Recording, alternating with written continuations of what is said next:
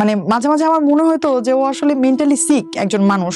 তো আমার হাজবেন্ডের সাথে যেটা হয় যে রুবেলের সাথে আমি কখনোই কোনো বিষয় হাইড করি না, একদম শুরু থেকেই সবকিছু তাকে আমি জানাই। শুধুমাত্র এই ঘটনাটা আমি তাকে জানানোর সাহস পাই নাই। হঠাৎ করে একদিন আমি যে নতুন স্কুলে পড়ি সেই স্কুলে দেখি হচ্ছে আমাকে নিয়ে খুব কানাঘুষা চলছে এবং আমি এটা মানে বুঝতে পারতেছিলাম না যে কি হচ্ছে। সবচেয়ে ইম্পর্টেন্ট যে সময়টা আমি যে ডিসিশনটা আমি একা একা তখন নিতে যাচ্ছিলাম, যেটা বাবা মায়ের নেয়ার কথা, ওই ডিসিশনটা তখন আমি আসলে ইমেচিউর ভাবেই আমি তখন নিয়ে ফেলি। একটা আমার বিষয় আমি হাইড করতে গিয়ে আমি তার চেয়ে অনেক বড় একটা বিষয়ের জন্ম দিয়ে ফেলতেছি। এই ফিলটা তখন আমার মুখ, আমিও তাকে বলি নাই যে মরে গেলে এখানেই যাবো, তাও তাকে আমি সেকেন্ড টাইম ফোন দিব না। সকালে ওরা যখন উঠলো 6:30 7টার দিকে, তখন আমার অবস্থা খুবই খারাপ। আমার স্যাচুরেশন লেভেল তখন 83 84। আসসালামু আলাইকুম, আমি কানিজ সুপ্তা। আমি বর্তমানে পূবালী ব্যাংকে সাউথ ব্রাঞ্চে কর্মরত আছি। আমি তাকে আগে থেকেই চিনতাম, আমরা একই স্কুলেরই ছিলাম এবং সে ছিল একটু কি বলবো যে মানে তাকে দেখে সবাই ভয় পেত। সে স্কুলেই খুব মারামারি করতো, এলাকাতেও খুব মারামারি করতো এবং তাকে দেখে ভয় পেত সবাই। আমি নিজেও তাকে দেখে ভয় পেতাম। তবে আমার একটা ব্যাপার ছিল ছোটবেলা থেকেই যে যেমন জেমস বন্ড ক্যারেক্টার যখন পড়তাম কিংবা দস্যু বন্ধুর যখন পড়তাম রোমেনা আফাজের, আমি আসলে ওর মধ্যে তখন ওই চরিত্রটা দেখতে পেতাম। তখন আমি হচ্ছে ক্লাস 10-এ পড়ি। খুবই ছোট বয়স, ক্লাস 10-এ পড়ি। তো ও আসলে তখন যে ওরও খুব বেশি বয়স তা না, আমার চেয়ে 4 বছরের সিনিয়র হবে। প্রেম বলতে অনেস্টলি যেটা ওর রিলেশন ছিল হচ্ছে আমার বান্ধবীর সাথে ওই সময়। হ্যাঁ ওই সময়ে, বাট তারপরে হচ্ছে তাকে আমার খুব ভালো লাগতো ওই মানে দস্যু বন্ধুর পড়ার জন্য। আমার মনে হয় যে এথিক্যাল জায়গাটা আসলে বোঝারও বয়স না, ওটা খুব ছোট একটা অল্প বয়স, যাকে চোখে দেখি তাকেই ভালো লাগে এরকম একটা বয়স। হ্যাঁ বয়স একটা ব্যাপার ছিল। তারপর কিছুটা যদি আসলে পজিটিভলি দেখি ওর প্রতি, যে প্রেম ছিল ঠিকই কিন্তু প্রেমের কোনো এক্সট্রিম লেভেল ছিল না। ওই মাঝে মাঝে একটু দেখা সাক্ষাৎ করতো, আমিই তো থাকতাম পাশে, কথা বলতেছে আমি তো থাকতাম পাশে, আমাকে বান্ধবীর পাশে আপনিই থাকতেন। হ্যাঁ আমাকে আইসক্রিম কিনে দিত, চকলেট কিনে দিত। ওকে।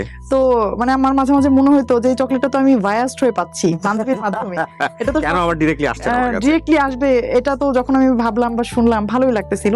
তো তখন একটা ভালো লাগা আসলে তৈরি হয়ে যায়। আর ঠিক সেই সময়ই আমি যখন ক্লাস 10-এ পড়ি, তখন আমার বাবা যখন বুঝতে পারে যে আসলে না, এটা মানা করার পরেও আবার একটা পজিটিভ একটা সম্পর্কে তাদের চলে যাচ্ছে, আমার মেয়েকে তাহলে আর এখানে রাখা যাবে না। এমনিতেই হচ্ছে সাধারণত ক্লাস 10-এ কখনো স্কুল চেঞ্জ করা খুবই টাফ একটা ব্যাপার, রেজিস্ট্রেশন চেঞ্জ করার একটা ব্যাপার থাকে। তো তারপরেও আমার বাবা কি করলেন, আমার বাবা ওই স্কুল থেকে আমাকে নিয়ে গেলেন হচ্ছে অন্য একটা স্কুল। মানে সেম স্কুলে ও পড়তো? হ্যাঁ সেম স্কুলে ও ছিল। স্কুলে থাকে কিভাবে? স্কুলে না, সেম স্কুলে বলতে হচ্ছে ও আমার সিনিয়র, বাট আমার মাত্র 1 ক্লাস উপরে পড়তো। ওরা তখন এসএসসি এক্সাম দিবে। ও আচ্ছা আচ্ছা, ঠিক আছে, বয়সে গ্যাপ আছে কিন্তু ক্লাস উপরে পড়তো। কিন্তু আপনার হচ্ছে যেটা বান্ধবী সরে গেল এটা জানার পরে নাকি? না আসলে ওর সাথে শুধু বান্ধবী না, ওর সাথে স্কুলে অনেক মেয়েরই সম্পর্ক ছিল, সবই আস্তে আস্তে শেষ হয়ে গেছে। এবং আপনি কাট আপ করে দিয়েছেন নাকি? না আমি কোনো কিছুই কাট আপ করি নাই। সম্পর্কগুলো এরকম যে 1 মাস 2 মাস থাকতো, তারপর হচ্ছে আবার শেষ হয়ে যেত, এরকম। এটাও আপনার ভালো লাগতো? এটাও আমার ভালো লাগতো, আমি এগুলো সবই জানতাম। অন্য স্কুলে নিয়ে যাওয়ার পর এইটা ছিল হচ্ছে সত্যিকার অর্থে যে মনের ভেতর থেকে প্রেমের অনুভূতি, যেটা ডিস্টেন্স যখন তৈরি হয়ে গেল, আমি তাকে দেখছি না, তখন আমার মনে হচ্ছিল আমি তো এখন নাই। আমি স্কুলে থাকলে তো দেখতে পারতাম সে কার সাথে কথা বলছে, সে কার সাথে কি করছে, হ্যাঁ আমি সবকিছুই দেখতে পারতাম। আমি কিন্তু আসলে তখনও তার সাথে আমার কোনো প্রপোজাল দিয়ে যে প্রেম যেটা, সেটা হয় নাই। ওই সাইড থেকে কি কোনো নকটক ছিল যে না তোমাকে আমার ভালো লাগে? ওর থেকেও ছিল না। তো এতদিন যেটা ঘটতেছিল, এতদিন হচ্ছে ফ্যামিলি চাচ্ছিল যে কোনো ভাবে সেটা বন্ধ হয়ে যায়, এবং তখন পর্যন্ত কিন্তু আমার মধ্যে কোনো অনুভূতি ছিল না। বাট ফ্যামিলি যখন এটা বাদ দিয়ে দিল চিন্তা করা, আমার মধ্যে আসলে এটা তখন থেকেই কাজ করা শুরু করছিল। একটু খোঁজ খবর নিতাম, আমার বিভিন্ন ছেলে ফ্রেন্ড ক্লাসমেট যারা আছে, যারা ওইদিকে যেত, আগের স্কুলের স্টুডেন্টদের সাথে যাদের কম বেশি কথাবার্তা হয়, তাদের কাছ থেকে আমি খোঁজ নেওয়ার চেষ্টা করতাম। আমি শুনতাম যে সে নতুন হচ্ছে আমার বান্ধবীর পরেও হচ্ছে তার আরেকটা প্রেম হয়েছে এবং সে হচ্ছে ওই সম্পর্কের মধ্যে দিয়েই যাচ্ছে। এবং না আমার আসলে আমার কোনো রকমই লাগতো না। সে তো প্রেম করবেই, সে তো প্রেম কুমার। হ্যাঁ তখন বাই দ্য ওয়ে আমি একদিন একটা সুযোগ পাই যে আমার মামার মোটরসাইকেলটা নষ্ট হয়ে যায়। আমি যেদিন শুনি যে আমার মামার মোটরসাইকেলটা নষ্ট এবং আমাকে হচ্ছে হেঁটে যেতে হবে স্কুলে, এবং আমি আমার নানু বাসায় থাকতাম পরের স্কুলে পড়াকালীন সময়ে। তো আমি তখন কি করলাম, সকালবেলা আমি খুব দ্রুত একটা চিঠি লিখলাম খুবই ছোট একটা চিঠি লিখলাম। কার কাছে? চিঠি লিখলাম হচ্ছে ওর উদ্দেশ্যে, ওকে। একটা চিঠি লিখলাম। চিঠি তখন পর্যন্ত ও জানে না যে আপনি ওকে পছন্দ করেন? না, তখন Very পর্যন্ত ও interesting. জানতো না। এটাই হচ্ছে সত্যিকার অর্থে প্রথম আমার দিক থেকে তার দিকে যাওয়া কোনো ভাইবস। চিঠি লিখলেন? তো আমি তখন চিঠি লিখলাম। কি লিখেছিলেন মনে আছে? চিঠিটা আসলে হ্যাঁ মনে অবশ্যই আছে, কারণ জীবনের প্রথম আসলে এত আবেগ নিয়ে চিঠি। আমি পুরো চিঠিটা বর্ণনা করব না, চিঠিটা পুরোটা বর্ণনা করলে হয়তো 5-6 লাইন, বেশি না, বাট আমি জাস্ট থিমটা এরকম ছিল যে আমি তোমাকে অনেক ভালোবাসি। আমি এটা কখনো বুঝতে পারি নাই, তুমি হয়তো প্রশ্ন করবা যে আমি না, আমি শুধু তুমি না, আপনি করে লিখছিলাম যে আপনি হয়তো প্রশ্ন করবেন যে আমি আপনাকে কেন স্কুলে থাকাকালীন সময় কেন কখনো বলি নাই। আসলে তখন আমার মধ্যে এই অনুভূতিটা তৈরি হয় নাই। আর আমি জানি আপনি এখন ওই যে মেয়েটার কথা আমি শুনেছি, ওইটার নাম মেনশন করলাম, ওই মেয়েটার ওনার নাম মেনশন করে বললাম যে আমি এখন জানি আপনি ওই আপুর সাথে আপনার একটা অ্যাফেয়ার আছে, আপনি কোনো সমস্যা নাই, আমি জাস্ট আপনাকে জানাইলাম যে আমি আপনাকে ভালোবাসি। Very interesting. আপনার পরিচয় বললেন? হ্যাঁ, আমি শুধু নিচে নামটা, আমি আসলে আমাকে তো স্কুলে সবাই চিনতো। আচ্ছা, নামটা লিখলেন যাতে করে হ্যাঁ আমি শুধু আমার নামটাই লিখলাম নিচে, সুপ্তা। আচ্ছা। তো বাই দ্য ওয়ে কি হলো, আমি যখন ওই গেট দিয়ে বের হচ্ছিলাম তখনই চিঠিটা আমার ডায়েরি থেকে পায়ের কাছে পড়ে গেছে, এবং ওখানেই বসে আমার মামা মোটরসাইকেল ঠিক করছিল। তো আমি খুবই ভয় পেয়ে গেছিলাম। চিঠিটা আবার আমি উঠালাম, উঠিয়ে আবার মামা জিজ্ঞেস করতেছে কি এটা। তখন আমি হুট করে কি বলবো, মামাকে বলতেছে মামা বুক লিস্ট, নতুন বই কিনতে হবে, বুক লিস্ট। ব্রেন কাজ করেছে ওই সময়। পরে মামা বললো ঠিক আছে, আমাকে এখন তো মোটরসাইকেল নষ্ট, আমাকে বিকেলে দিয়ে দিও, আমি বই নিয়ে আসবো, কি কি লাগবে। তারা আবার সবাই আমার পড়ার খুব যত্ন নিত। তো এই চিঠি দেওয়ার পরে আসলে আমি কেন যেন আমার খুব শান্তি লাগতেছিল। তো আমি এইদিকে ব্যস্ত হয়ে গেলাম, এবং সেই চিঠিটার কোনো রিপ্লাই যে পাবো আদৌ এমন কোনো ভরসা আমার ছিল না। হঠাৎ করে একদিন আমি যে নতুন স্কুলে পড়ি, সেই স্কুলে দেখি হচ্ছে আমাকে নিয়ে খুব কানাঘুষা চলছে, এবং আমি এটা মানে বুঝতে পারতেছিলাম না যে কি হচ্ছে। তখন আমি শুনলাম যে জয়মন্টপ থেকে একটা ছেলে আসছে, গাড়িতে করে আসছে, সাথে তার বন্ধু বান্ধব ছিল, এবং মানে এই স্কুলের হচ্ছে একজন টিচার। সেই টিচারকে সে আমার কথা জিজ্ঞেস করার পর টিচার প্রথমে তথ্য দিতে চায়নি, এই জন্য সে টিচারকে খুব বকাবকি করছে এবং বাজে ভাষা ব্যবহার করছে। আমি যখন এটা শুনেছি, আমি তখন বুঝতে পারলাম যে এটা ও ছাড়া কেউ না, এবং তার এই কাণ্ড কারখানায় আমি মানে খুবই লজ্জিত ছিলাম।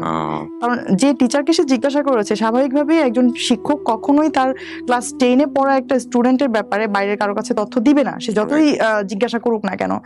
তো আমি এই সময় হচ্ছে আমার ভালোবাসাটা একদম মানে ব্লার হয়ে গেল, কারণ যে মানুষটা এই ধরনের একটা কাজ করতে পারছে সে তো ভবিষ্যতে আরো খারাপ কিছু করতে পারে। ওর নামটা আমরা জানতে পারি? কোন সমস্যা, নাম ধরে বলেন। ওর নাম হচ্ছে রুবেল, জায়েদ মাহমুদ রুবেল। সেই পরীক্ষার মধ্যেও হচ্ছে আমি খুব ভালো পড়াশোনা করছিলাম। মাঝখানে বাদ সাধলো হচ্ছে ওই যে যার কাছে আমি চিঠি পাঠাইলাম, উনি হচ্ছে আমার জন্য একটা উপহার নিয়ে আসলো। এটা হচ্ছে আমার পরীক্ষা চলছিল, তখন এসএসসি পরীক্ষা চলছিল, সে একটা উপহার নিয়ে আসলো। উপহারটা কেমন, সেটা ছিল একটা বই। তো আমার পরদিন সকালবেলা ছিল হচ্ছে সামাজিক বিজ্ঞান পরীক্ষা। আমি আগের দিন রাতে ট্রেজার আইল্যান্ড বইটার নাম ছিল, ট্রেজার আইল্যান্ড বইটা আমি শেষ করি। ওই বইয়ের মধ্যে কিছু লেখা টেখা ছিল না? না, কিছুই লেখা ছিল না। তখন শেষ পর্যন্ত আমি সাভারি ক্যান পাবলিক স্কুল অ্যান্ড কলেজ, আমি সেখানে ভর্তি হই। এর মধ্যে যেটা হলো, রুবেলের একদিন হঠাৎ ফোন এলো। তো ফোন দেওয়ার পর থেকে এই এতদিন পর্যন্ত যে ওর প্রতি একটা বিরক্তি, ওর পরিচয় দেওয়ার পর থেকে হচ্ছে সবকিছু চলে যায়। আবার ঘন্টার পর ঘন্টা কখনোই কথা হয়নি আমাদের। ইভেন আমার মনে হয় যে সবচেয়ে বেশি আমাদের একবার কথা হয়েছিল 11 মিনিট। এছাড়া তো এই 11 মিনিট যেদিন কথা হয়, সেদিন হচ্ছে আমাদের বিয়ের প্ল্যান চলছিল। বিয়ের প্ল্যান বলতে হচ্ছে ও আমাকে প্রপোজ করছিল। তো আমি তার সাথে কথা বলছিলাম ভালোভাবেই, কিন্তু আমি তাকে এক কথাই বলতেছিলাম সবসময় যে মানে আমাদের এখন কোনোভাবে বিয়ে করা সম্ভব না, আমার একটা ক্যারিয়ার আছে, আমি সামনে মেডিকেলে ভর্তি হব, আমি আগে পড়াশোনাটা একটা ভালো একটা লেভেলে নিয়ে যাই, তুমিও কিছু একটা ক্যারিয়ারে করো, তো তারপরে আমরা বিয়ে করব। সে আবার হচ্ছে আমার সব কথা শুনতো, সে কখনোই আমাকে কোনো কিছু ফোর্স করার চেষ্টা করতো না। তো সে আমাকে সবসময় একটা কথাই বলতো যে সুপ্তা, এটা মনে হয় আল্লাহর একটা শাস্তি আমার জন্য হবে, যে আমি আসলে লাইফে এতগুলো মানুষকে মনে কষ্ট দিছি, হ্যাঁ, আর ফার্স্ট মনে হয় আল্লাহ তোমার থেকে আমার এত বড় কষ্ট দিবে। আমার কাছে বোঝানোর চেষ্টা করতো যে সে আমার অনেক ভালোবাসে। তার কথা আমি সবসময় সিলি ভাবেই নিতাম, কারণ এই কথা তো সে কতজনকেই বলে আসছে, তাদেরকে তো সে ফেরে আসছে। কলেজে আমার একটা দুর্বলতা ছিল ফিজিক্স নিয়ে। তো আমার তখন কি হয়, ফিজিক্সে হচ্ছে রেজাল্টটা খারাপ হয়, ক্যান পাবলিকে রেজাল্ট খারাপ মানে এর চেয়ে ভয়ঙ্কর আর কিছুই নাই। যে তুমি কোনো সাবজেক্টে খারাপ করছো, এর চেয়ে খারাপ আর কিছুই নাই। বাবা মাকে ডাকায় অনেক কিছু করতে হয়। এই যে একটা ভয়, আমি কিন্তু ওই দিনের আগ পর্যন্ত তার সাথে চিন্তা ভাবনা কখনোই যে আমি এখন বিয়ে করবো না, ভবিষ্যতে বিয়ে করবো। তখন আমি তাকে কি বলি যে আচ্ছা ঠিক আছে বিয়ে করব, কিন্তু আমি তোমার কথায় আমি তোমার সাথে যাব না, তোমার ফ্যামিলি যদি আমার সাথে কথা বলে, তারা যদি সাপোর্ট দেয়, তাহলে আমি তোমাকে বিয়ে করব। আর তখন পরিস্থিতিটা এমন ছিল যে আমার একটা পার্সোনাল একটা কি বলবো, নিজের একটা ক্যারিয়ার তৈরি হচ্ছিল। ওই সময় আমার বাবা আমাকে কোনোভাবেই বিয়ে দিবে না। না, কিন্তু আমার কথা হচ্ছে যে আপনি ফিজিক্সে খারাপ করার পরে ডিসিশন কেন নেবেন? এখন যদি আমি আমার বাবা মাকে বলি আমার প্রতি যে আমার বাবা মা আত্মীয় স্বজনের যে একটা এক্সপেকটেশন, এটা নষ্ট হয়ে যাবে, আমার প্রতি তাদের ধারণা খারাপ হয়ে যাবে, এই লজ্জা আমি কোথায় রাখবো? এই লজ্জাটা আমি কোথায় রাখবো? তখন আমার কি হয় যে আমি তখন ওরে বলি যে ঠিক আছে চলো আমরা বিয়ে করি। বিয়ে করবো, লেখাপড়া বাদ দিয়ে দিব? না। তাহলে ফিজিক্সের রিকভারিটা কিভাবে হবে? আমি শেষ করি। ওকে, বল। পড়বো, বাট পরবর্তীতে অন্য কোথাও পড়বো। হ্যাঁ, অন্য কোথাও পড়বো, আরো ভালোভাবে। লাগলে আমি একই আর গ্যাপ দিয়ে দিব, তারপর আমি আমার বাবার সামনে দাঁড়াবো না। ফাইন। সো বিষয়টা এরকম ছিল যে আসলে এই ফিজিক্সের খারাপটা আসলে অন্য কোনো ভাবে ডাইভার্ট হবে শুধুমাত্র বিয়ের রিজনে। না, আমি বিয়ে করে ফেলেছি, দ্যাটস ওয়াই আমি 1 বছর গ্যাপ, কিন্তু আসলে তো রিজন হচ্ছে ফিজিক্স। এক্স্যাক্টলি। এটা কিন্তু এখন পর্যন্ত মনে হয় এই প্রোগ্রামটা দেখার পরে আমার বাবা জানবে। এই ঘটনা কিন্তু আমার বাবা এখনো জানে না যে আমার সেই সময় ফার্স্ট ইয়ারের থেকে সেকেন্ড ইয়ারে ওঠার সময় আমি ফিজিক্সে একটা সাবজেক্টে আমি ফেল করি। ওকে, এটা আমার বাবা এখনো জানে না। ফিজিক্সে ফেল করে আপনি কেমিস্ট্রিতে ঢুকে গিয়েছেন। হ্যাঁ, তখন আমাদের মধ্যে খুব ভালো একটা কেমিস্ট্রি তৈরি হয়ে যাচ্ছিল। ওকে, কিন্তু বিষয়টা আসলে কিন্তু সত্যি যে ওই সময়ের আগ পর্যন্ত তার সাথে যে কথা বলছিলাম, আমি ফোন দেওয়ার পর থেকে 1 মাস হয়ে গেছে প্রায় কথা বলছিলাম, আমার মধ্যে তখন একবারও কাজ করে নাই হ্যাঁ আমি বিয়ে করব। তখন আমার মধ্যে একটা ওই এরকম ভাব চলে আসছিল যে এই হলে হলো, না হলে না। বলি failure is the pillar of success. তো ওই সময় যেটা ছিল যে আসলে failure is the pillar of marriage. তখন এটা কিন্তু বাংলাদেশের অনেক মেয়েদের ক্ষেত্রেই এটা হয়। হ্যাঁ, কিন্তু আমি আসলে যদিও ফিজিক্সে খারাপ করেছি, ও জানতো যে ফিজিক্সের কারণে তোমাকে লাইফে নিচ্ছি, ফিজিক্স চেঞ্জ করতেছ? ও জানতো। ওকে। এর মধ্যে আবার ওকে বললাম যে তুমি এক কাজ করো, তুমি একটু আমার বাসায় একটা প্রপোজাল আবার পাঠিয়ে দেখো বাবা কি বলে। তখন ওদের বাসা থেকে সেকেন্ড টাইম একটা প্রপোজাল যায়, আমার বাবা ডিনাই করে দেয়। আর ডিনাই করার পর হচ্ছে তখন আমি আরো ভয় পেয়ে যাই যে কয়েকদিন পরেই তো আমার রেজাল্টের কথা জেনে যাবে, বিয়েটাও তো দিল না, এখন কি হবে? তখন আমরা সিদ্ধান্ত নিলাম যে হ্যাঁ আমরা বিয়ে করব। কিন্তু ওই যে কিছুক্ষণ আগে আমি বলছিলাম যে আমাদের বিয়েটা আসলে লাভ এবং ফ্যামিলি দুইটার কম্বিনেশন। কেন যে লাভটাও কিন্তু তখন খুব বেশি এক্সট্রিম লেভেলের তা না, মাত্র 1 মাস ধরে কথাবার্তা হচ্ছে আমাদের। আর ফ্যামিলি বললাম এই কারণে যে আমার বিয়েতে একটা পরিবার ছিল। তো তখন হচ্ছে ওর ভাই আমার সাথে আসে, ওর ভাই বলতে ওর বড় 2 ভাই। আমি কিন্তু ওর সাথে যাইনি। আমি যখন বাসা থেকে যেদিন বের হয়ে গেলাম এবং আমি যখন চলে গেলাম, এটা একটু ইন্টারেস্টিং, হুট করেই জাস্ট একদিন আগে আমার বার্থডে ছিল 2 তারিখ, মে মাসের 2 তারিখে আমার বার্থডে ছিল। বার্থডেতে আমি আমার বাড়িতে আসার পর আমি আমার মার কাছ থেকে আমার সার্টিফিকেট গুলো নিয়ে নেই। এতদিন পর্যন্ত কিন্তু সবকিছু আমার মায়ের কাছেই ছিল আলমারিতে। আমার তো ভেতরে একটা অপরাধবোধ কাজ করছিলই যে আমি চলে যাব, কিন্তু যাওয়ার পর তো আমার ফিউচারটাকে আমার সাজাতে হবে, আর সার্টিফিকেট গুলো আমার তখন জরুরি।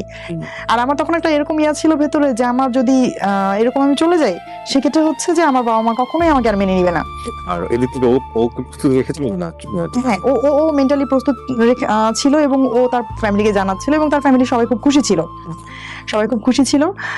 তো যেটা হয়েছে যে আমি প্রথমে আমার মার কাছ থেকে এগুলো নিলাম, এবং সবসময় যে আমি বিদায় নেই, এবারে বিদায় নেওয়াটা ছিল একটু ভিন্ন রকম, কারণ ওরা জানতো না, আমি তো জানতাম যে আমি চলে যাচ্ছি।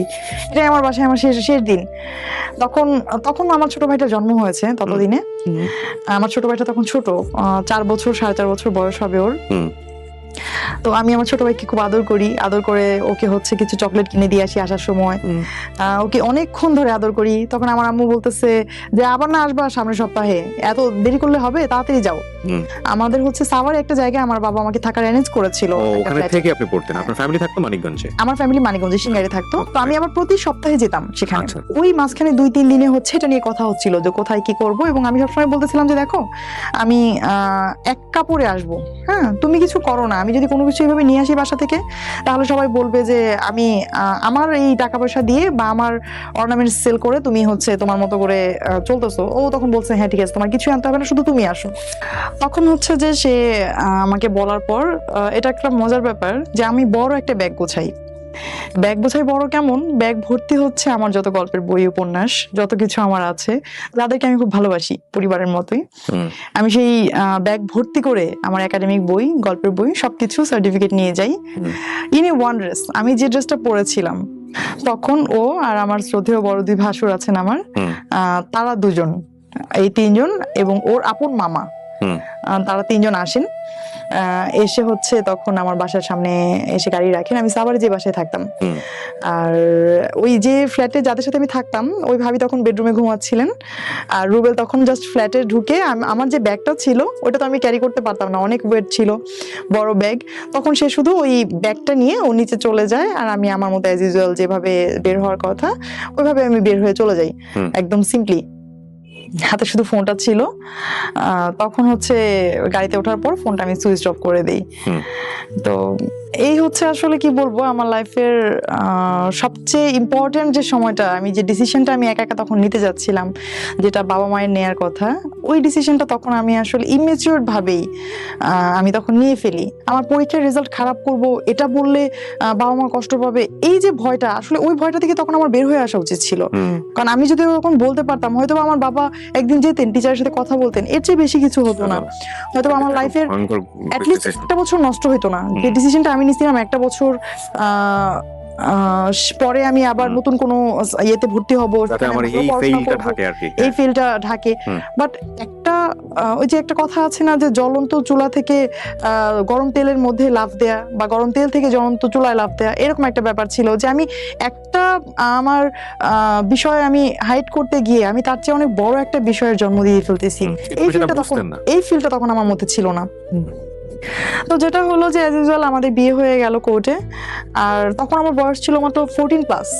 ইন্টারে পড়ছেন আপনি, 14+ হওয়ার কথা না তো? হ্যাঁ, 14+ বললাম এই কারণে যে আমি হচ্ছে যখন স্কুলে ভর্তি হই সেটা ছিল আমার অনলি 3 ইয়ার্স, ক্লাস 1 এ ভর্তি হই যখন আমি। ও, সার্টিফিকেটও কি আপনার 14+ই ছিল? হ্যাঁ, সার্টিফিকেট আমার 14+ ছিল।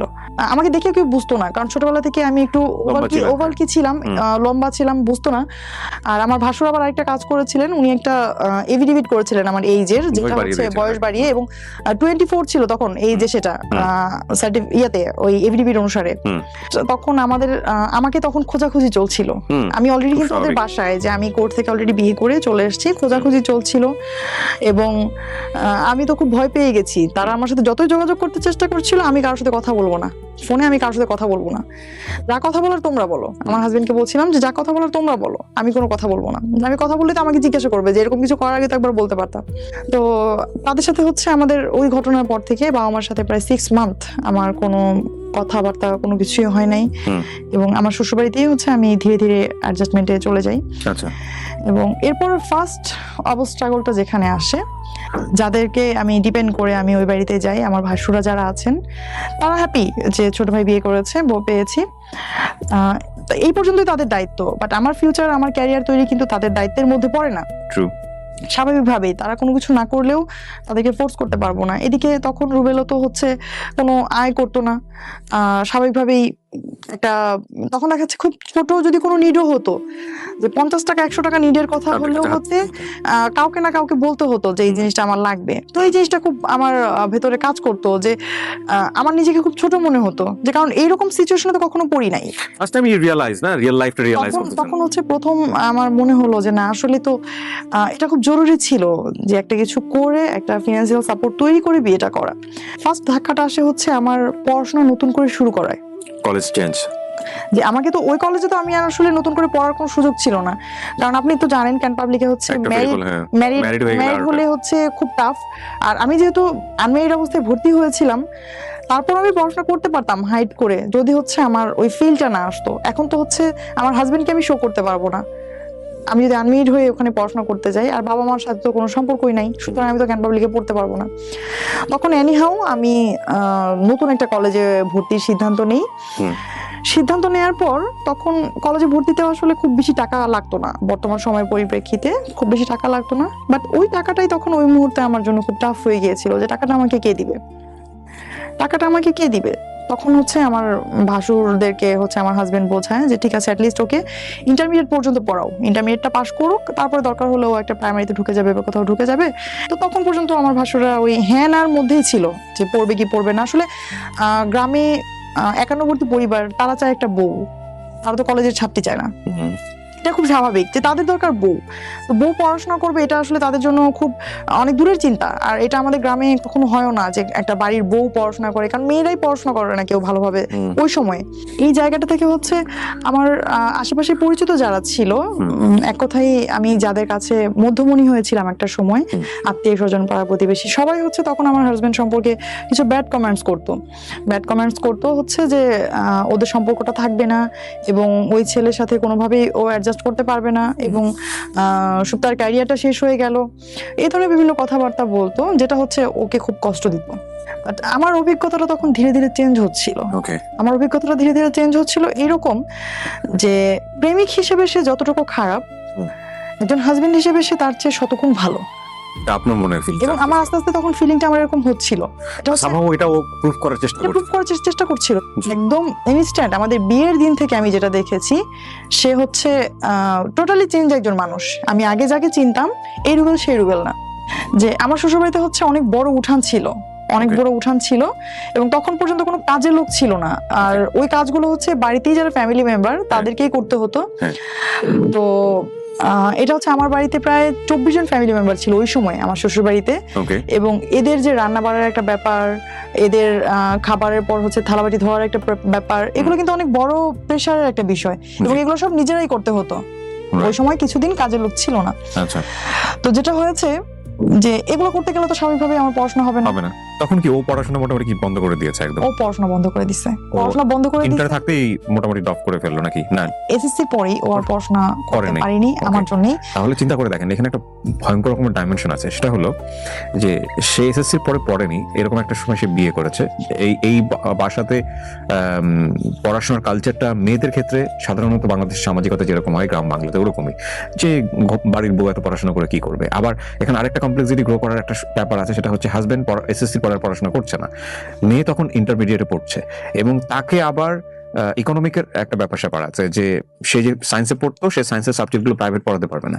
সো পড়াশোনা বন্ধ হয়ে যাওয়ার জন্য যতগুলো রাস্তা ওপেন থাকার দরকার, এখানে সবকিছু ওপেন আছে। কিন্তু ঘটনা কি ঘটেছে সেটা খুব ইন্টারেস্টিং, এবং আপনারা কিছুটা বুঝতেই পাচ্ছেন কারণ উনি এখন পূবালী ব্যাংকে আছে, তার মানে উনি নিশ্চয়ই পড়াশোনা করেছে। গল্প আমাদের শেখানো না, গল্প আরো অন্য জায়গাতে, একটু মনোযোগ দিয়ে শুনতে হবে। বলেন।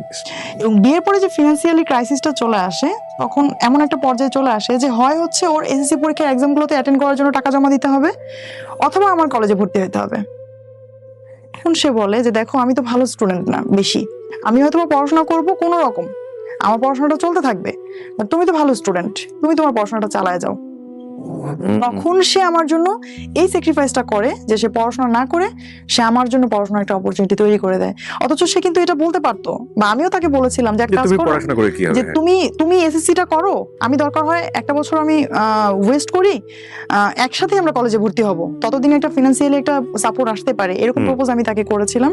বাট সে আমাকে বলছে না, আমি চাই না তোমার লাইফের সময় নষ্ট হোক, সে আমাকে এরকম বলতো। তো আমার হাজবেন্ড যেটা করতো, আমার যাতে কোনো ঝামেলা না হয় এবং আমাকে যেন কেউ পড়াশোনার জন্য বলতে না পারে যে ও কলেজে গেছে, এজন্য হচ্ছে আমরা বাড়িতে এই কাজটা হয় নাই। ও কি করতো, অন্ধকার থাকতে ফজরের আজানের আগে যখন কেউ উঠতো না, তখন উঠে সে হচ্ছে ওই উঠানটা ঝাড়ু দিত, পুরো উঠানটা। আমার হাজবেন্ড যে হচ্ছে সারা জীবন স্কুলে মেয়েদের পিছনে ঘুরেছে, যে হচ্ছে স্টেজে গান গেয়েছে, হ্যাঁ মারামারি করেছে, মানুষ তাকে দেখে ভয় পেত, সে এইরকম কাজ করতো আমার জন্য, যে কেউ দেখার আগে, যখন কেউ না দেখতো তখন হচ্ছে সে পুরো উঠানটা ঝাড়ু দিত। এবং সেই উঠানটাও কিন্তু অনেক বড়, প্রায় 45% জায়গার উপর আমাদের বাড়ি, চতুর্দিকে দোতলা এবং মাঝখানে অনেক বড় উঠান, এবং সেই উঠানটা অনেক বড়। এক কথাই সেই উঠানটা অনেকে বুঝবে না, 1 বিঘার প্রায় 1.5 বিঘার কাছাকাছি। এই উঠানটা ঝাড়ু দিতেও প্রায় 25 থেকে 30 মিনিট লেগে যায় স্পিডে ঝাড়ু দিলেও। তো সেই কাজটা আসলে অনেকটা স্কুলের মতোই দেখতে, চতুর্দিক থেকে দোতলা, হ্যাঁ চতুর্দিকে একদম, এবং ডিজাইনটা অনেকটা স্কুলের মতোই, যে কোনো রুমের সাথেই কোনো অ্যাটাচড বাথরুম নাই, একদম প্রত্যেকটা লাইনের শেষে হচ্ছে ওয়াশরুম, পুরোনো আমলে জমিদার বাড়ির মতো একদম। তো ওদের কিন্তু ফ্যামিলি ওয়েলদি ছিল, 1.5 বিঘা জমির উপর বাড়ি হলে ওয়েলদি হওয়ার কথা গ্রাম অঞ্চলে। কিন্তু ও হচ্ছে স্যাক্রিফাইস গুলো করতো, কারণ হচ্ছে ওর পার্সোনাল কোনো ইনকাম ছিল না, এটা ওর মধ্যে খুব কাজ করতো যে এটা নিয়ে যেন কেউ কিছু কখনো বলতে না পারে। তো সে যখন ওই উঠানটা ঝাড়ু দিত, এমনও হয়েছে কখনো যে আমি ঘুমিয়ে আছি, আমি জানি না সে যে উঠান ঝাড়ু দিচ্ছে, আমি জানি না। তো সে হচ্ছে এগুলো করতো, করে সকালে যদি কেউ জিজ্ঞেস করতো কে করছে, বলতো যে সুপ্তা কলেজে যাওয়ার আগে এগুলো সব শেষ করে গেছে। ওই যে বললাম যে আমি যখন স্কুলে ওকে চিনতাম যে সময়টাতে, সে সময়টাতে ছিল হিরোর মতো, কল্পনায় হিরোর মতো, তার স্টাইল ছিল অন্যরকম। হিরো এখন বাসন মাজছে, তার হিরো এখন গান ঝাড়ু দিচ্ছে। C this is the change. এবং এগুলো কিন্তু সংসার জীবনে খুবই গুরুত্বপূর্ণ। কেন বলছি, একটু সামনের দিকে যখন আমরা যাবো তখন বুঝবো আর কি। জি প্লিজ। কলেজে আসতে হচ্ছে মানিকগঞ্জ থেকে সাভারে জার্নি করে। আমি তখন কনসিভ করেছি। আর ওই সময়টাতেই হচ্ছে জার্নিতে একটা প্রবলেম ছিল। আমাদের সিঙ্গার রোডে যারা মানিকগঞ্জবাসী যারা, তারা জানেন যে আমাদের সিঙ্গারের যে রোডটা, এটা কি পরিমাণ ভাঙা ছিল যে পুরো গাড়িটা একটা ভাইব্রেশন মুডে। আমি তখন হচ্ছে কলেজে আসতাম প্রতিদিন। তখন সে একটা সময় তার ব্যবসার পাশাপাশি সে কি করলো, সে একটা বাইক নিল। সে হচ্ছে আমাকে, এটা আমার জন্যই নেয়া, তার ঠিকমতো পৌঁছে দেওয়ার জন্য। এবং সে বাইকটা নিয়ে শুধুমাত্র হচ্ছে আমাকে কলেজে পৌঁছে দিয়ে সে কলেজের বাইরেই দাঁড়িয়ে থাকতো। কেন? যে তাকে যদি আবার ফেরত যেতে হয় এই 15-20 মাইল জায়গা, সে যদি আবার যায়, তার বাইকে একটা তেল খরচ হবে অতিরিক্ত, আবার আমাকে আনতে হবে, আরেকবার তেলটা খরচ হবে। তখন সে কি করতো, ওইখানেই বসে থাকতো। তার কিন্তু নিজেরও তখন একটু ব্যবসা শুরু হয়েছে, সে ওইখানেও তার প্রচুর থাকা দরকার। তার কোনো কর্মচারী ছিল না, সবাই জানতো, কিন্তু ও হচ্ছে কখনো ফিজিক্যালি কারোর সাথে পরিচয় হতো না। এটা একদম মানে আমার আরো খারাপ লাগতো যে আমার কোনো বান্ধবী, বন্ধু, কোনো টিচার, কারোর সাথে তুমি কেন পরিচয় হও না? ওর একই কথা যে তুমি দয়া করে আমাকে কারোর সঙ্গে পরিচয় করাই দিবা না, পরিচয় করার যখন সময় হবে তখন আমিই বলবো হ্যাঁ আমাকে তুমি পরিচয় করাই দাও। তো সে তখনও যাইতো না। দেখা যাচ্ছে আমার টিচারও দাঁড়ায় আছে, সে দূরে দাঁড়ায় আছে, আমি তার সামনে কথা বলতাম না, কারণ হচ্ছে যে মানা করছিল যে তাকে যেন আমি কারোর সামনে প্রেজেন্ট না করি। টিচারও চলে যাচ্ছে, তারপর আমি আবার তার বাইকে চলে যেতাম। মানে জাস্ট একটা গাছের তলায় মেইন রোডের পাড়ে সারাদিন গাড়ি যাচ্ছে, ধুলো যাচ্ছে, সে ওখানেই বসে আছে। আমি তাকে বলতাম মাঝে মাঝে যে পাশে নদী আছে, তুমি তো একটু ওদিকে ঘুরে আসলেও পারো। তো সে বলতো না, আমার ঘুরতে ভালো লাগে না, আমার বসে থাকতে ভালো লাগে। একটা মানুষ, আপনি চিন্তা করেন আপনি কতক্ষণ বসে থাকতে পারবেন, কয়দিন বসে থাকতে পারবেন? সে আমার প্রেগনেন্সির পুরো সময়টা সে হচ্ছে ওখানে বসে থাকতো। ইভেন বিলিভ করবেন না, একদম ছোট একটা বাচ্চাদের মতো, যে একটা মা যেমন তার সন্তানের পেন্সিল আছে কিনা, রাবার আছে কিনা, প্লে নার্সারিতে পড়ুয়া একটা বাচ্চার খেয়াল রাখে, ওই বাচ্চার কিন্তু কোনোদিন এটা ভাবতে হয় না আমার পেন্সিল নাই, আমার কলম নাই। ইভেন স্টিল আমি যখন সেই সময়টাতে পড়াশোনা করতাম, আমার কোনোদিন এটা মানে ওকে বলতে হয় নাই যে আমার একটা পেন্সিল লাগবে, একটা জ্যামিতি বক্স লাগবে, একটা খাতা লাগবে। সে সবকিছু চেক করে সময়ের আগে সে সবকিছু নিয়ে আসতো আমার জন্য। তো আমার হাজবেন্ড হচ্ছে আমাকে কখনো পরীক্ষার হল থেকে বের হয়ে কখনো জিজ্ঞেস করতো না আমাকে যে তোমার এক্সাম কেমন হয়েছে। আমি ওকে বলতাম যে আমি যে পরীক্ষা দিচ্ছি তোমার তো কোনো ফিল নাই। পরে বলতেছে কেন? আমি বলি আমি ফেল করলেও তোমার কিছু আসা যায় না, পাস করলেও কিছু আসা যায় না। পরে বলে এরকম কেন বলতেছো? পরে আমি বলি যে এই যে আমি পরীক্ষা দিয়ে বের হই, তোমার কি কখনো মানে জানতে ইচ্ছা হয় না যে আমার পরীক্ষাটা কেমন হয়েছে? তখন সে আমার উত্তর দিল একদিন যে কষ্ট তো আমি করছি, এজন্য আমি জানি ফলাফল ভালো হবে। আমার ছেলেটার জন্য মা ছিলাম আমরা দুইজনেই ধরতে গেলে। আমি হচ্ছে ওর বায়োলজিক্যাল মা, আর আমার হাজবেন্ড ছিল হচ্ছে ওর মেন্টালি বা ফিজিক্যালি বাবা। ও আসলে মায়ের দায়িত্বটাই পালন করতো, যে ওকে খাওয়ানো থেকে শুরু করে ওর যে ক্লিনিং এর একটা ব্যাপার থাকে, ওকে গোসল করানো থেকে শুরু করে। এখন হয়তো অডিয়েন্সটা অনেকেই ভাবতে পারে যে ও হয়তো কিছু করতো না এই জন্য এটা করছে, আসলে তখন কিন্তু ও কিছু করতো। ওর নিজের বিজনেস দাঁড়িয়ে গেছে এবং সেখানে ওকে, ওর বিজনেস বলতে হচ্ছে ওর একটা খামার ছিল, এবং সেই খামারেও কিন্তু ওকে অনেক পরিশ্রম করতে হতো। প্রচুর পরিশ্রম করতে হয় খামারে। প্রচুর পরিশ্রম ছিল। ওর একটা মুরগির খামার ছিল, প্রচুর পরিশ্রম, প্রায় 2500 মুরগির একটা খামার ছিল, এবং 2500 মুরগির টেক কেয়ার ও একা করতো। ওর কোনো হেল্পিং হ্যান্ড ছিল না। মানে পুরাটাই প্যারাডাইম শিফট বলে যেটাকে, মানে ইউটার্ন নেয়া, যে এরকম মানে শিশতেয়া রোমিও যার অনেকগুলো ব্যাকগ্রাউন্ড, ওখান থেকে পুরোপুরি একদম মানে 100% টার্ন করে একেবারে ফ্যামিলি ম্যান মানে কি, মানে একদম এ ক্লাস পাওয়া ফ্যামিলি ম্যান, যদি ওনার কথা আমরা বিলিভ করি। বলেন। মানে মাঝে মাঝে আমার মনে হতো যে ও আসলে মেন্টালি সিক একজন মানুষ, তা না হলে আসলে এইভাবে কেউ বাচ্চার টেক কেয়ার করতে পারে না। মানে বাচ্চার ব্যাপারে সে এত বেশি কনসাস ছিল যে বাইরে কেউ আসলে সে বাচ্চাকে মানে তার কোলে দিতে ইতস্তত বোধ করা, যে দেখা যাচ্ছে আত্মীয় স্বজন আসছে, বা গ্রামে তো এরকম থাকে যে ছোট বাচ্চাকে কেউ কোলে নিচ্ছে বা আসছে, সে দিত না। আবার সে আরেকটা কাজ করতো, যে আমি যখন হসপিটাল থেকে আমাকে বাসায় নেওয়া হয় বাচ্চার বার্থের পর, তো ওই অবস্থায় তো আসলে ছেলে মানুষ সাধারণত বাচ্চাদেরকে কোলেই নিতে একটু মানে হিমশিম খেয়ে যায়। তো আর এমনিতে তো ন্যাচারালি গ্রামে একটা বিলিফ থেকে যায় যে 40 দিন পর্যন্ত বাচ্চাকে কোথাও বের করা হয় না। আর সে যেটা করতো, ওই হসপিটাল থেকে আনার 2-1 দিন পরে, অর্থাৎ আমার বাচ্চার বয়স যখন 7 থেকে 8 দিন, তখন সে আমার বাচ্চাকে নিয়ে ঘুরতে যেত বাইরে। সে কোলে করে ড্রেস পরিয়ে সে ঘুরতে নিয়ে যেত বাইরে, এবং বাইরে সবাইকে নিয়ে দেখাতো যেটা আমার ছেলে।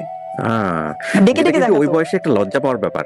এক্স্যাক্টলি, আমি এটাই বলতেছি যে সাধারণত এতটুকু মানুষ বাবা হয়েছে, এটা তো আসলে সে আরো একটু হাইড করে রাখে Shy feel করার স্বাভাবিকভাবে।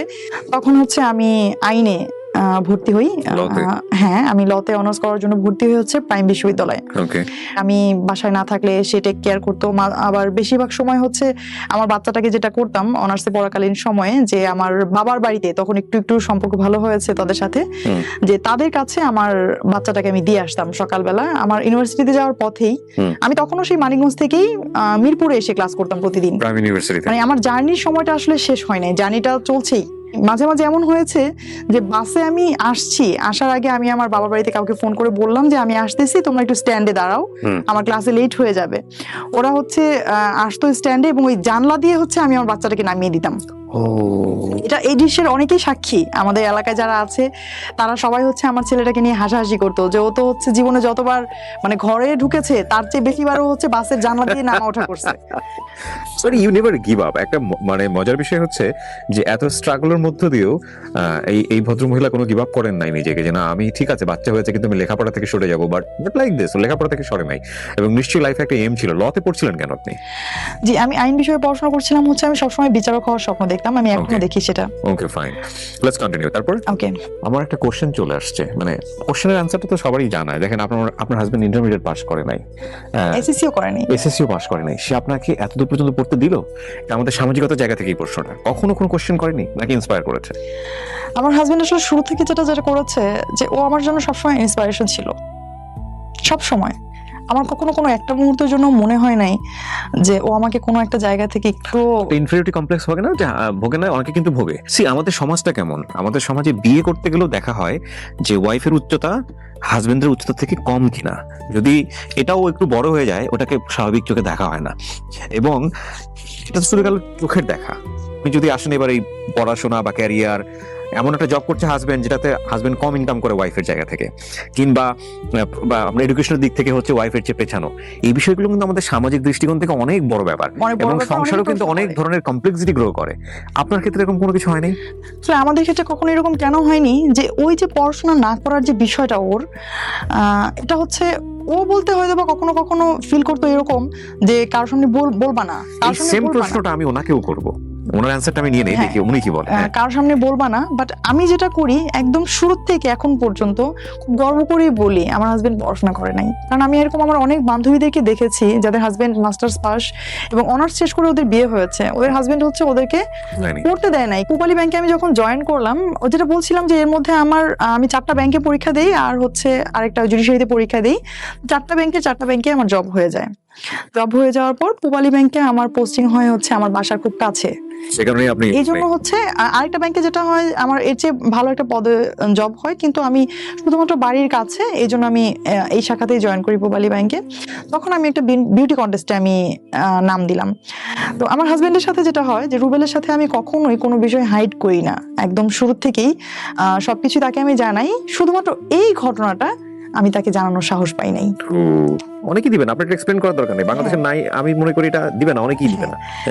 যখন হচ্ছে আমি সেমিফাইনালে চলে গেলাম, এখন তো এটা টিভিতে প্রচার করছে, রেগুলার টিভিতে দেখাবে, প্রচার হবে, কখন আবার দেখে ফেলে, দেখলেই তো চিন। তখন যদি কোনো প্রশ্ন করে এখন আমি কি করব, বলতে তো হবে, জানাতে হবে। তখন আমি ওকে একদিন সাহস করে এরকম বললাম যে রুবেল আমাকে কেমন লাগছে, একটা সুন্দর ড্রেস পরার সামনে দাঁড়ায় বলতেছে আমাকে কেমন লাগতেছে। ওরা বলতেছে যে ও আবার এমনিতে হচ্ছে আমাদের মধ্যে কম, যে একটা আছে যে ওই কাউকে খুশি করার জন্য কিছু বলা, যে তোমাকে অনেক ভালোবাসি বা তোমাকে অনেক সুন্দর লাগছে, এই বিষয়গুলো আমাদের মধ্যে কম, শুরু থেকেই কম। তো ও তখন আমাকে বললো হ্যাঁ এটা এরকম হয়েছে, এটা এরকম হয়েছে। তো বললাম যে সব মিলে কেমন, সুন্দর লাগছে না পচা লাগতেছে, এটা বলো। তো বলতেছে হ্যাঁ সুন্দর লাগতেছে। তো বললাম আচ্ছা ধরো আমি একটা বিউটি কন্টেস্টে এখন আছি, হ্যাঁ আমি বিউটি কন্টেস্টে আছি, তুমি শুনলা, হ্যাঁ তখন তোমার অনুভূতি কি হবে? তখন ও দুষ্টুমি করে বলতেছে যে আমি তো তখন মানে মাইকিং করে প্রচার করবো যে আমার ওয়াইফ হচ্ছে বিউটি কন্টেস্টে আছে, এই সেই, হাসতেছে। তখন আমি বললাম যে রুবেল যদি সিরিয়াসলি এরকম শোনো, তখন আস্তে আস্তে করে হচ্ছে ওই হাসিটা থেমে গেল। সিরিয়াসলি শুনবো মানে কি? পরে তখন ওরে মানে একদিন পরে আমি বলতেছি রুবেল আমি কালকে যেটা বললাম আসলে কিন্তু বিষয়টা এরকম।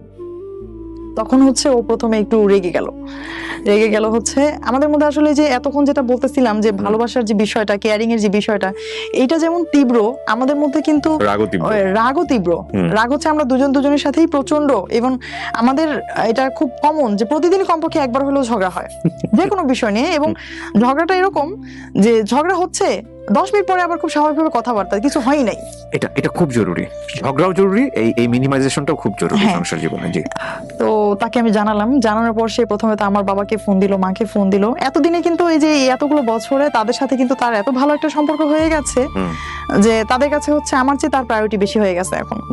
তো এনিহাউ আমি আমার বাবা মাকেও বোঝালাম, ওকেও বোঝালাম যে দেখো আমি যে পর্যায়ে এসেছি, যতটুকু করেছি, এই যে প্রায় 80,000 থেকে 5,000, 5,000 থেকে 100, 100 থেকে 28 থেকে এখন আমি সেরা 17তে আছি। এখনো তুমি যদি আমাকে মানা করো রুবেল, আমি আর একদিনও ওইখানে যাবো না, তুমি বিলিভ করো। তুমি আমাকে মানা করবা, আমি সত্যি সেখানে যাব না, ঠিক আছে?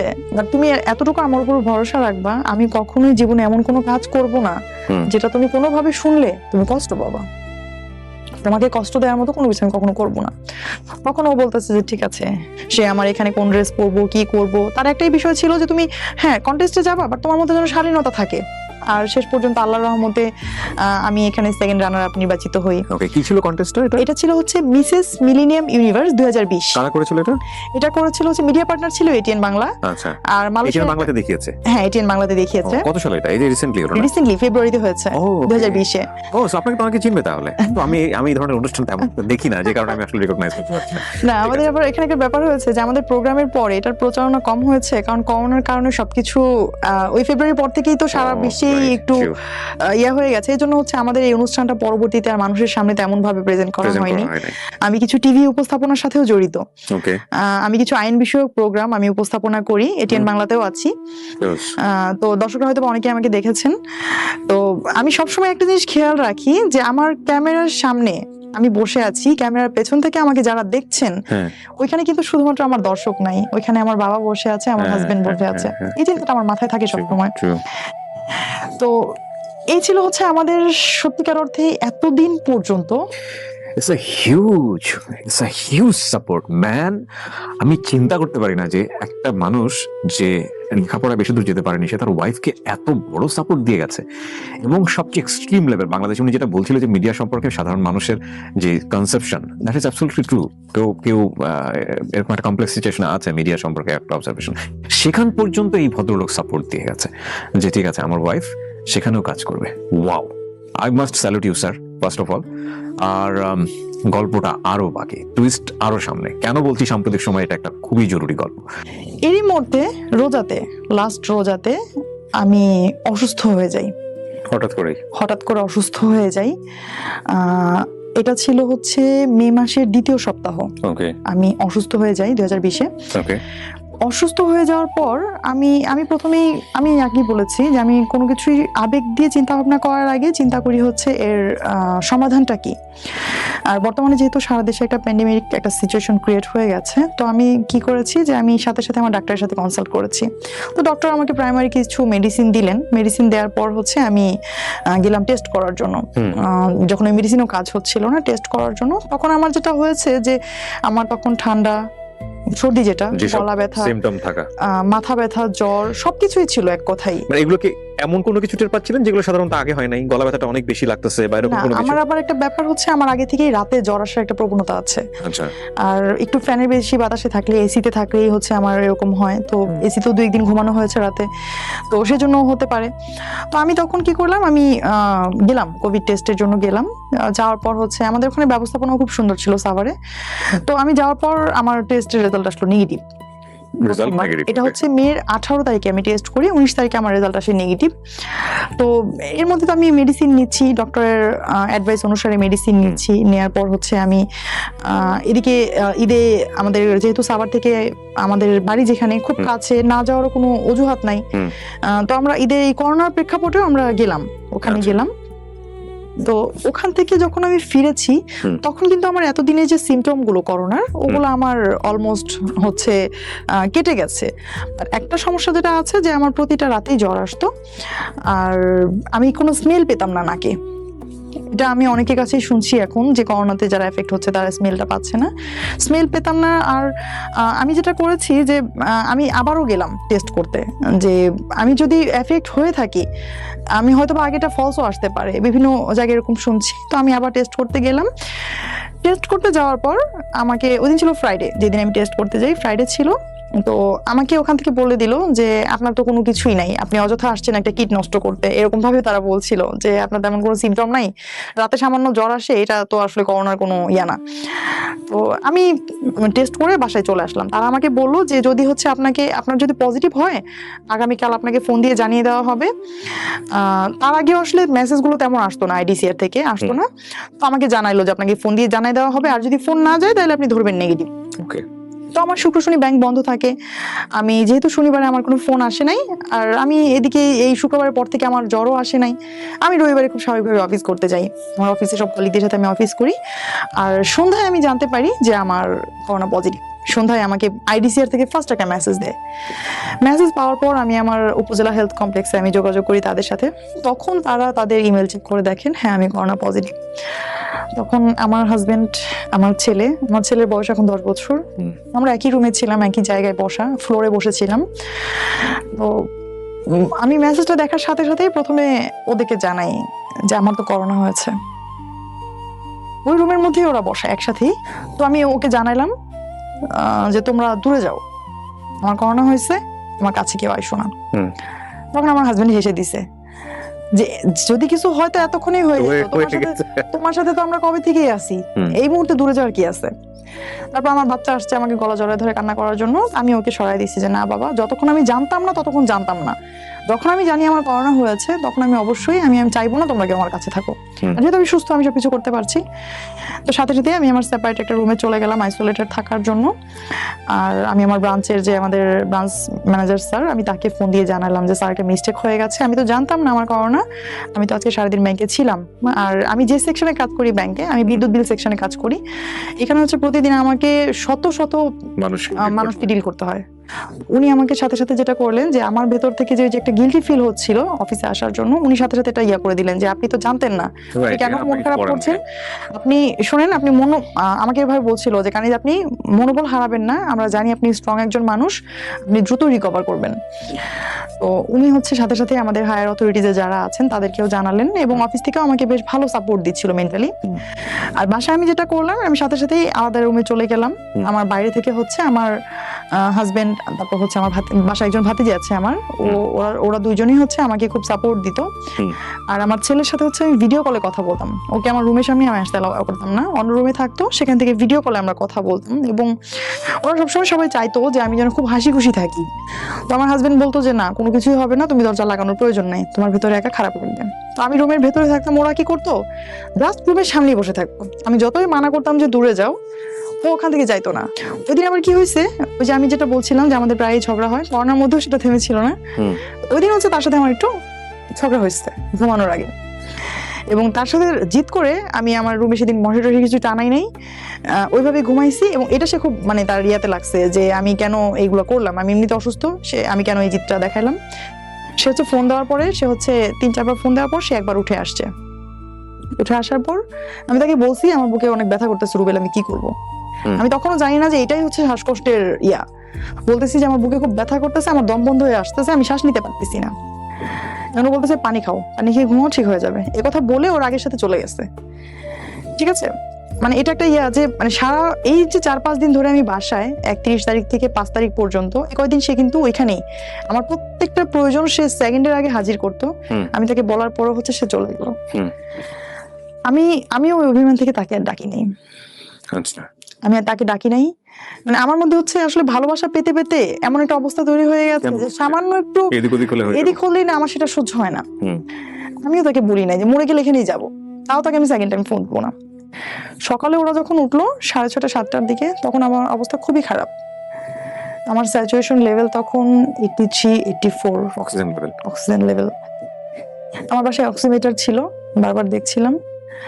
সকালে যখন আমার ওই যে ভাতিজি জিজ্ঞেস করলো যে মামুনি তুমি কিছু খাবা, আমি তখন কথা বলতে পারতেছি না, তখন হচ্ছে ওকে জাস্ট আমি ওই অক্সিমিটারটা চেক করে ছুড়ে দিলাম। তো ও তখন লেখাটা ছিল, ও বলতেছে মানে বুঝতে পারতেছে না। পরে আমি বললাম যে রুবেলকে দেখাও। পরে আসার পর তখন ও রুমের ভিতরে আসলো, এসে আমার সিচুয়েশনটা আবার মেপে দিলো। মেপে দেখলো এই অবস্থা, সাথে সাথে তো হচ্ছে মানে ইয়ে হয়ে গেছে যে আল্লাহ আমি কি করলাম। তখন হচ্ছে দ্রুত ডক্টরের সাথে কনসাল্ট করলো, আমাদের যে উপজেলা হেলথ কমপ্লেক্সে যারা ছিলেন তাদের সাথে কথা বললো, অ্যাম্বুলেন্সের সাথে কথা বললো, সবার সাথে কথা বললে অলমোস্ট আমি তখন আমাকে নিয়ে গেল হাসপাতালে। তো তারা বারবারই ওকে বলতেছে যে আপনি যে মানে যাচ্ছেন বা আপনি যেতে চাইছেন, আপনি তো শতভাগ এফেক্ট হবেন। হ্যাঁ, তখন ও বলতেছে যে হ্যাঁ আমি এফেক্ট হবো, আমি এটা মেনে নিয়েই যাচ্ছি। তখন হচ্ছে সে আমার সাথে হসপিটালের উদ্দেশ্যে গেল এবং কুর্মিটোলা জেনারেল হসপিটালে আমি অ্যাডমিট হই। আমার ছেলেটা তখন আমার ওই ভাতিজির কাছে, ও তো অঝোর কান্না করছিল। শুরুতে এরকম সিচুয়েশন ছিল যে আমাকে হসপিটালে পৌঁছে দিয়ে আমার হাজবেন্ড বাসায় চলে যাবে। প্রথম দিন সে চলেও যায়, আমাকে পৌঁছে দিয়ে সবকিছু গুছিয়ে অক্সিজেন দিয়ে সে চলে যায়। বাট যেটা হয়েছে যে আমার সাথে যে পেশেন্টটা ভর্তি হইলো, আমি হচ্ছে এই তাড়াহুড়োতে, আর এখন তো করোনার সময় করোনা ডেডিকেটেড যে হসপিটালগুলো আছে ওখানে হচ্ছে এখন কিন্তু বেড পাওয়া খুব টাফ, আর কেবিন পাওয়া তো আসলে আরো টাফ। তো খুব চেষ্টা করার পরেও কেবিন পাওয়া হয়নি, আমি ওয়ার্ডেই ছিলাম, ফিমেল ওয়ার্ডে। তো সেই ওয়ার্ডে আমার সাথে যে পেশেন্ট ভর্তি হইলো, আমরা একই সাথে লিফটে উঠছিলাম, একটা স্ট্রেচারে আমি আর একটা স্ট্রেচারে ওই মহিলা, এবং ওই পেশেন্টটা বেডে যাওয়ার পর উইদিন 5 মিনিটস সে মারা যায়। ও মাই গড, নিজের চোখে দেখেছেন? আমার সামনে মারা যায় সে। এদিকে আমার শরীরের এই অবস্থা, আমাকে অক্সিজেন লাগায় রাখা, আমি দেখতেছি আমার পাশে একজন মানুষ মারা গেছে, আমার পাশে কেউ নাই। আমার হাজবেন্ড তো আমাকে ভর্তি করে দিয়ে সবকিছু দিয়ে চলে গেছে। সন্ধ্যার পর আরেকজন মারা গেল ওই ওয়ার্ডে। এটা হচ্ছে 5 তারিখ সন্ধ্যার কথা, 8টার দিকে।